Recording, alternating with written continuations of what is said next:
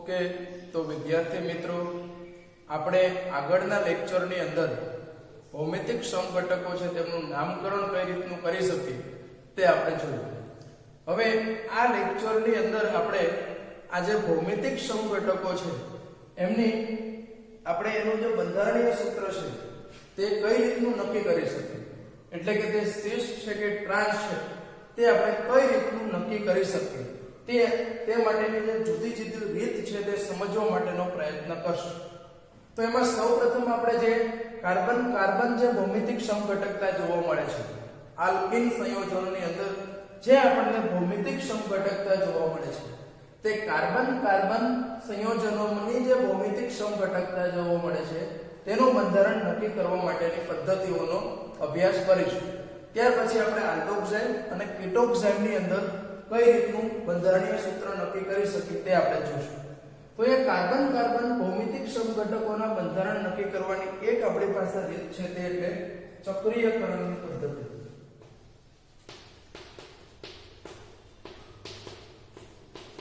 તો આ ચક્રીયકરણની પદ્ધતિ છે એમાં આપણે મેલેઇક એસિડ અને ફ્યુમેરિક એસિડ જે છે એમના ઉદાહરણ લઈને સમજવાનો પ્રયત્ન કરીશું. ધારો કે આપણી પાસે જો મેલેઇક એસિડ હોય તો તમે જાણો છો મેલેઇક એસિડ જે છે તે શીર્ષ સ્વરૂપ ધરાવે છે.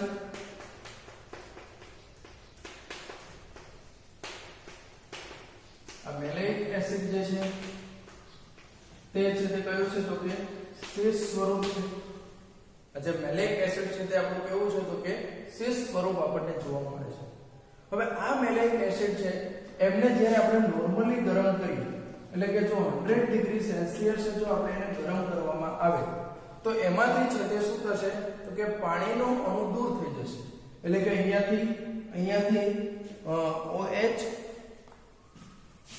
અને અહીંયાથી છે તે હાઇડ્રોજન દૂર થઈ અને એનું છે તે નિર્જલીકરણ થઈ અને પાણીનો અણુ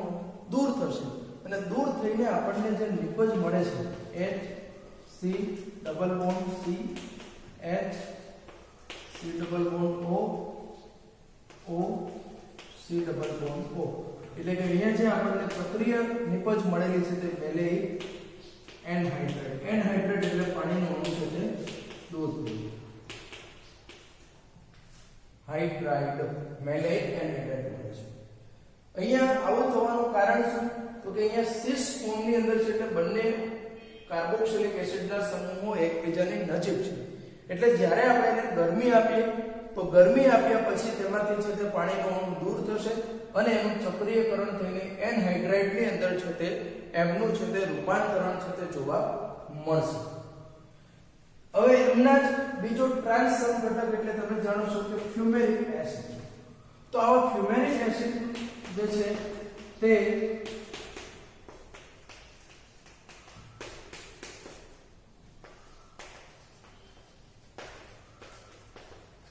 આ ફ્યુમેરિક એસિડ છે કયા સ્વરૂપે હોય છે તો કે ટ્રાન્સ સ્વરૂપે છે. હવે આવો જે ટ્રાન્સ સ્વરૂપની અંદર રહેલો જે ફ્યુમેરિક એસિડ જે છે તે ફ્યુમેરિક એસિડ જે છે જે ટ્રાન્સ સ્વરૂપે રહેલો છે તો કે આ જે ફ્યુમેરિક એસિડ છે એમને આપણે જો 100 ડિગ્રી સેલ્સિયસ તાપમાન સુધી ગરમ કરીએ તેમાં કોઈ અસર થતી નથી. 100 ડિગ્રી સેલ્સિયસ તાપમાન સુધી એના ઉપર કોઈ અસર થતી નથી. પછી જો તમે એમનું તાપમાન એના કરતા વધારો અને વધારીને તમે જો 240 ડિગ્રી સેલ્સિયસ એટલે કે 240 ડિગ્રી સેલ્સિયસ તાપમાન ને તમે એમને લઈ જશો તો આટલા તાપમાને સૌપ્રથમ એમનું છે તે આઇસોમેરિઝમ જોવા મળશે અને આઇસોમેરિઝમ થઈને ટ્રાન્સ જે હતું એમનું છે તે સિસ એટલે કે મેલેઇક એસિડની અંદર છે તે રૂપાંતરણ થશે અને એ મેલેઇક એસિડમાં રૂપાંતરણ થઈ ગયા પછી જે છે તેમાંથી આપણને છે તેમનો એનહાઇડ્રેટ જે છે તે મળી આવે છે. એટલે એનો અર્થ એવો થયો કે જો આપણી પાસે આવો ડાઇકાર્બોક્સિલિક એસિડ હોય અને એમને જો ગરમ કરતા 100 ડિગ્રી સેલ્સિયસ તાપમાને એમનું ચક્રીયકરણ થાય અને એનહાઇડ્રેટ બનતો હોય તો તે કયો હોય સિસ સમઘટક હશે. અને જો એનો 100 ડિગ્રી સેલ્સિયસ સુધી એમાં કોઈ ફેરફાર ના થાય અને તાપમાન વધારતા 240 ડિગ્રી સેલ્સિયસ તાપમાન જેટલું તાપમાન થાય ત્યારે એમની અંદર જો ચક્રીયકરણ થાય અને મેલિક એનહાઇડ્રાઇડ જો બનતો હોય તો એનો અર્થ એવો છે કે ટ્રાન્સ સમઘટક છે, કેમ કે એની અંદર બે પ્રક્રિયા જોવા મળી. પહેલા તો ટ્રાન્સ સમઘટક એનું આઇસોમેરિઝમ થયું, સમઘટકીકરણ થઈને એનું રૂપાંતરણ છે તે મેલિક એનહાઇડ્રાઇડમાં થયું અને પછી એમાં છે એ સમઘટકીકરણ થઈ ગયા પછી એમાંથી પાણીનો અણુ છે તે દૂર થશે અને મેલિક એનહાઇડ્રાઇડ છે તે આપણને મળી આવે છે. તો આ રીતનું આપણે ચક્રીયકરણની જે પદ્ધતિ છે એમના દ્વારા પણ છે તે આપણે આ નક્કી કરી શકીએ છીએ. બીજી પદ્ધતિની અંદર ખાસ કરીને હાલની અંદર આપણી પાસે સ્પેક્ટ્રોસ્કોપીની ટેકનિક છે, જે આપણે વિશેષની અંદર દરેક સ્પેક્ટ્રોસ્કોપી ભણવાના છે, પણ એ દરેક સ્પેક્ટ્રોસ્કોપી યુવી છે, આઈઆર છે, એનએમઆર છે, તો આ દરેક સ્પેક્ટ્રોસ્કોપીની મદદથી છે તેની મદદથી પણ આપણે છે તે સિસ છે કે ટ્રાન્સ એના પર્ટિક્યુલર સિગ્નલ જે મળતા હોય છે એને આધારે છે તે આપણે કહી શકીએ છીએ. એક ત્રીજી એક ટેકનિક છે તે આપણે એમની જે ડાયપોલ મોમેન્ટ એટલે કે દ્વિધ્રુવ ચાક માત્રા જે છે એ દ્વિધ્રુવ ચાક માત્રા એટલે કે એની જે ડાયપોલ મોમેન્ટ જે છે એ ડાયપોલ મોમેન્ટ જે છે તેમને આધારે પણ આપણે એનું શું કરી શકીશું તો કે ડાયપોલ મોમેન્ટ્સને આધારે પણ એનું આપણે શું નક્કી કરી શકીએ છીએ તો કે તે સિસ છે કે ટ્રાન્સ. દાખલા તરીકે અહીંયા મારી પાસે ક્લોરોબ્યુટીન છે H થોડું હું અહીંયાથી છે ત્યાં દૂર કરીશ.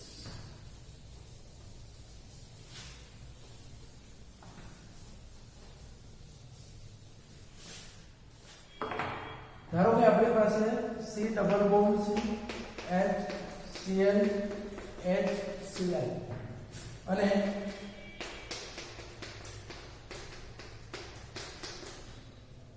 તો અહીંયા આપણે જો કે બંને ક્લોરીન છે તે એક બાજુ છે એટલે સિસ ડાઇક્લોરોબ્યુટીન થયું. અહીંયા આપણે જોઈ શકીએ કે બંને જે ક્લોરીન છે તે એકબીજાની ઓપોઝિટ છે, એટલા માટે આપણે થયું ટ્રાન્સ ડાઇક્લોરોબ્યુટીન. આ આપણું થયું ટ્રાન્સ ડાઇક્લોરોબ્યુટીન.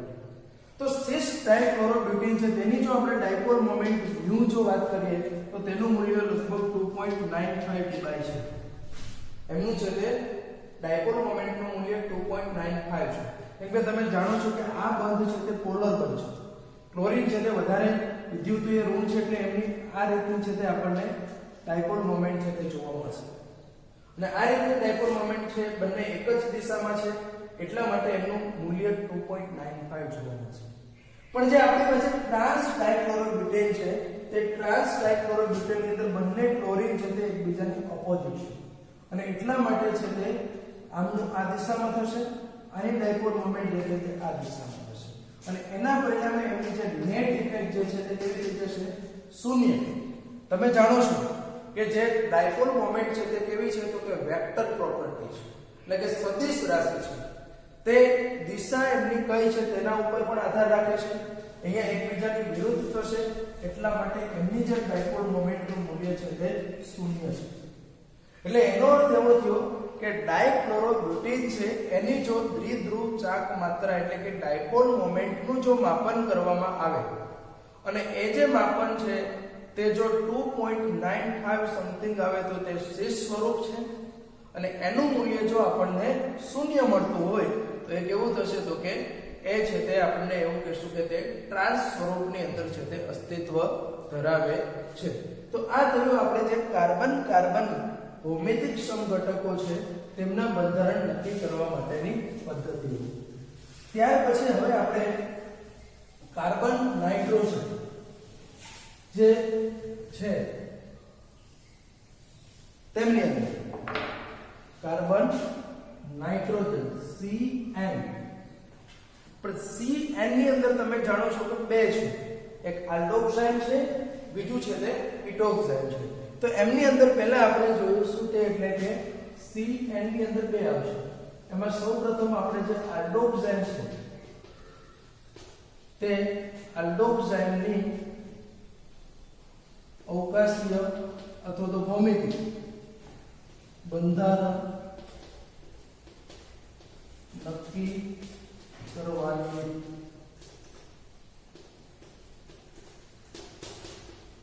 બરાબર આલ્ડોક્સાઇમ જે છે તે આલ્ડોક્સાઇમની અવકાશીય બંધારણ નક્કી કરવાની રીત તો આલ્ડોક્સાઇમમાં હમણાં જ આપણે જોયું કે એમાં સિન અને એન્ટી છે તો એમાં આપણે એક રીત એવી છે કે ધારો કે આપણી પાસે છે તે એરોમેટિક આલ્ડોક્સાઇમ લઉં છું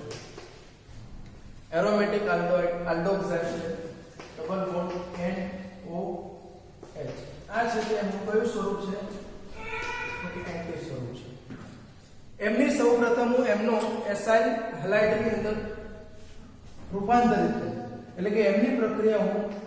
CH3COCl એટલે કે એસિટાઇલ ક્લોરાઇડ અથવા તો આપણે એમની પ્રક્રિયા છે તે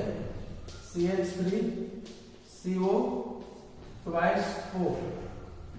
એટલે કે એસિડિક એન્હાઇડ્રેટ જે છે એમની સાથે પ્રક્રિયા બેમાંથી કોઈ પણ સાથે પ્રક્રિયા કરીએ તો તમે જાણો છો કે OH સમૂહ આપણો જે છે તે OH સમૂહનું અહીંયા શું થશે તો કે એસિટાઇલેશન થશે અને એસિટાઇલેશન થશે એટલા માટે અહીંયા આપણને C double bond N AR H અને O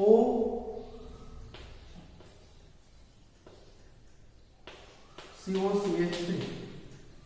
બરાબર CH3CO અહીંયા જો આપણે N એસિટાઇલ ક્લોરાઇડ લે તો -HCl થશે અને જો તમે એસિડિક એન્હાઇડ્રેટ લે તો એસિટિક એસિડ થશે હવે આમની પ્રક્રિયા જ્યારે આપણે જલીય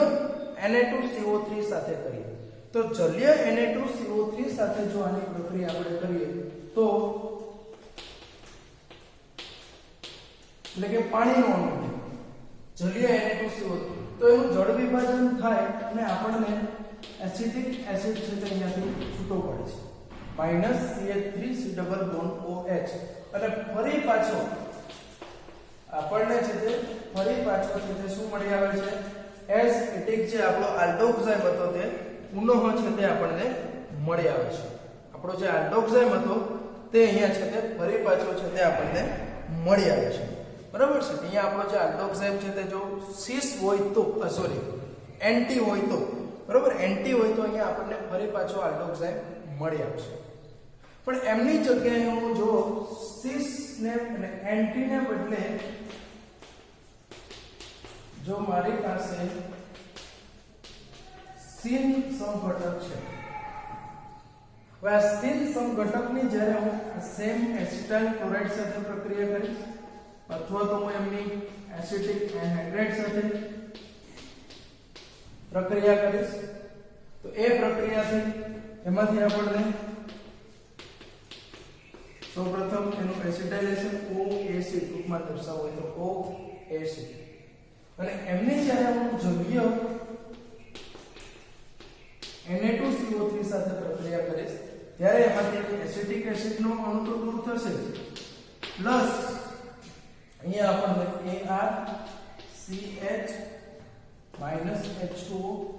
એટલે કે સાથે સાથે CH double bond C triple bond N એટલે કે એમાંથી છે તે આપણને શું મળશે તો કે સાયનાઇડ સંયોજન એમાંથી છે એટલે અહીંયા ટૂંકમાં કેવું હોય તો આ રીતનું છે તે એસિટિક એસિડ દૂર થયું એટલે આ બોન્ડ જે છે તે અહીંયા શિફ્ટ થશે એટલે કે C ટ્રિપલ બોન્ડ N પણ આવું ક્યારે થશે જો સિન સમઘટક હશે તો હાઇડ્રોજન નજીક હશે એટલે એની છે તે પુનઃ રચના એટલે કે ગોઠવણી થઈ અને એમાંથી આપણે એસિટિક એસિડનો અણુ છે તે દૂર થશે અને એમાંથી આપણને સાયનાઇડ મળશે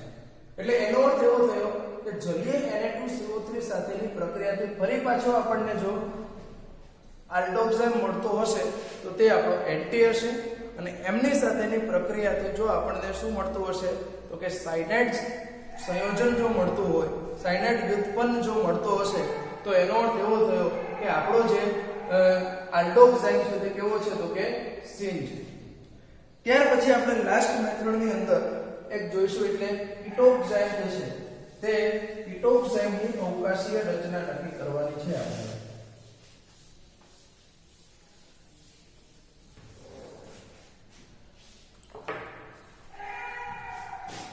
તો કીટોક્સાઇન જે છે આપણું તે કીટોક્સાઇન ની અવકાશીય બંધારણ નક્કી આપણે અહીંયા કરીશું. તો કીટોક્સાઇન નું અવકાશીય બંધારણ નક્કી કરવા માટે અહીંયા આપણે જે બેકમાન પુનઃરચના જે છે તે બેકમાન પુનઃરચના છે તેનો આપણે ઉપયોગ કરીશું. તો એમનું બંધારણ નક્કી કરવા માટે આપણે અહીંયા શું લેશું તો કે એમના માટે આપણે જે બેકમાન પુનઃરચના છે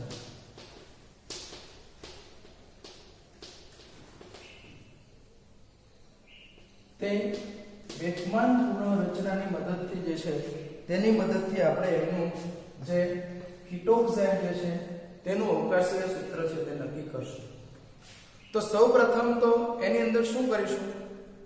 તો કે જે આપણો કીટોક્સાઇન જે છે તેની યોગ્ય પ્રક્રિયા એ યોગ્ય પ્રક્રિયા તરીકે આપણે PCl5 પણ ઉપયોગ કરીએ છીએ, H2SO4 નો પણ ઉપયોગ કરીએ છીએ, HF નો પણ ઉપયોગ કરીએ છીએ.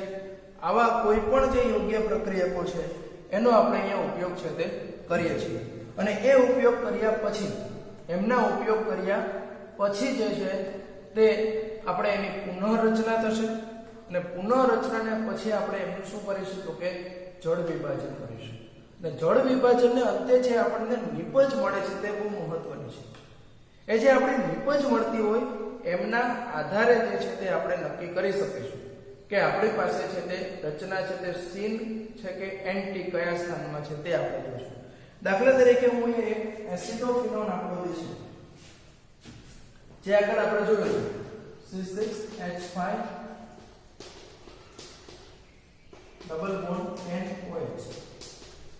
અહીંયા આપણો એસિડોફિનોન છે પણ અહીંયા એક વસ્તુ બહુ ક્લિયર છે કે અહીંયા શું છે તો કે સીન મિથાઇલ CH3 છે તે સીન પોઝિશનમાં છે. સીન મિથાઇલ ફિનાઇલ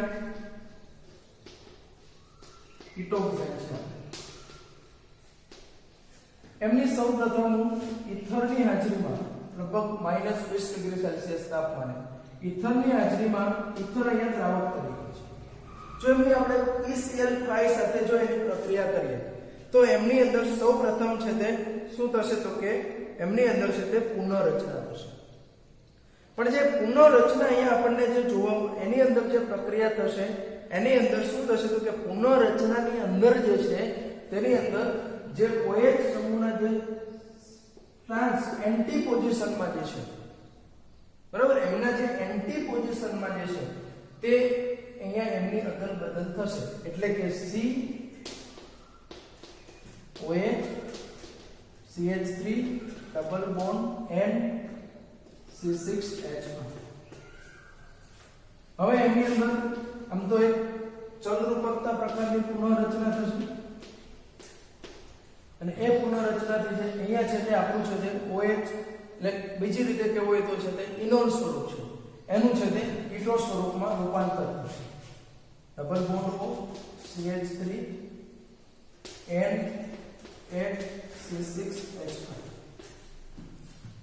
હવે જેને આપણે જળ વિભાજન કરીશું તો જળ વિભાજનથી અહીંયા આપણને નિપજ મળશે CH3 COOH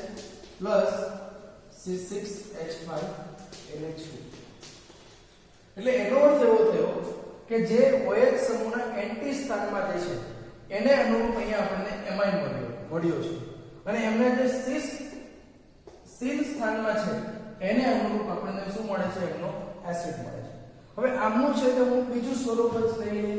C double bond N અહીંયા હું CH3 લઈ લઈશ અહીંયા C6H5 લઈ લઈશ અહીંયા OH. એટલે અહીંયા આપણું થયું સીન ને બદલે શું થશે અથવા તો સીન ફિનાઇલ થશે.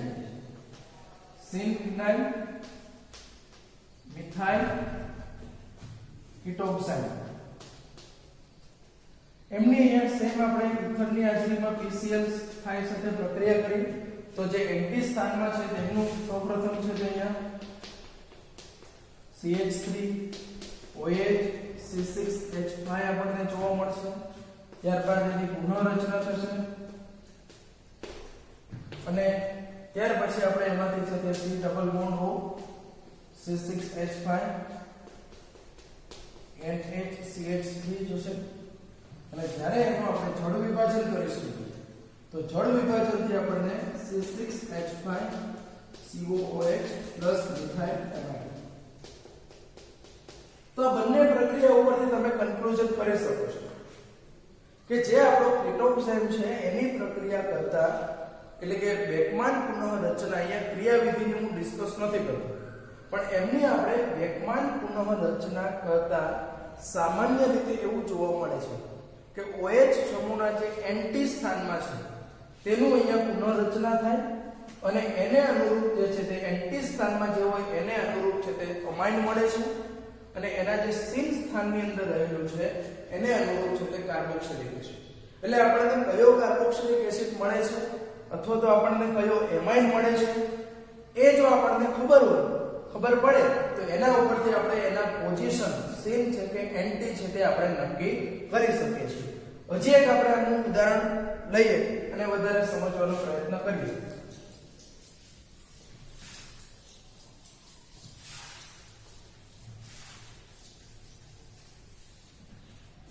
હવે હું બેન્ઝીન રિંગ છે આપણી પાસે અને બીજી છે તે ટોલ્યુએન રિંગ. એટલે અહીંયા એવું થયું કે એન્ટી સ્થાન પર લખશું એન્ટી ફિનાઇલ ટોલ્યુએન છે નું પહેલા પેરા સ્થાન છે પેરા ટોલાઇન કિટોક્સાઇન એમની અહીંયા સેમ ઇથરની હાજરીમાં PCl5 સાથે અથવા તો H2SO4 સાથે પણ અહીંયા લઈ શકીએ છીએ. એમની પ્રક્રિયા કરી તો એ પ્રક્રિયાની અંદર આપણને સૌપ્રથમ તબક્કાની અંદર જોઈ તે રીતનું કે જે ફિનાઇલ છે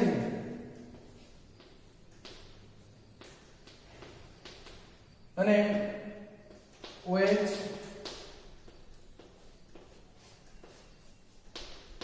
જે ટોલ્યુએન છે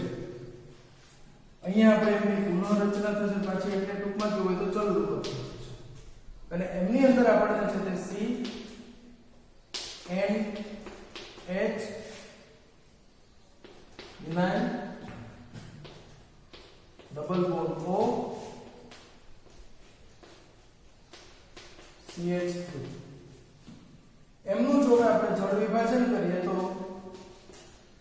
અહીંયા આપણને એનિલિન મળશે અને બીજું છે તે આપણને પેરાટોલ્યુઇક એસિડ મળશે.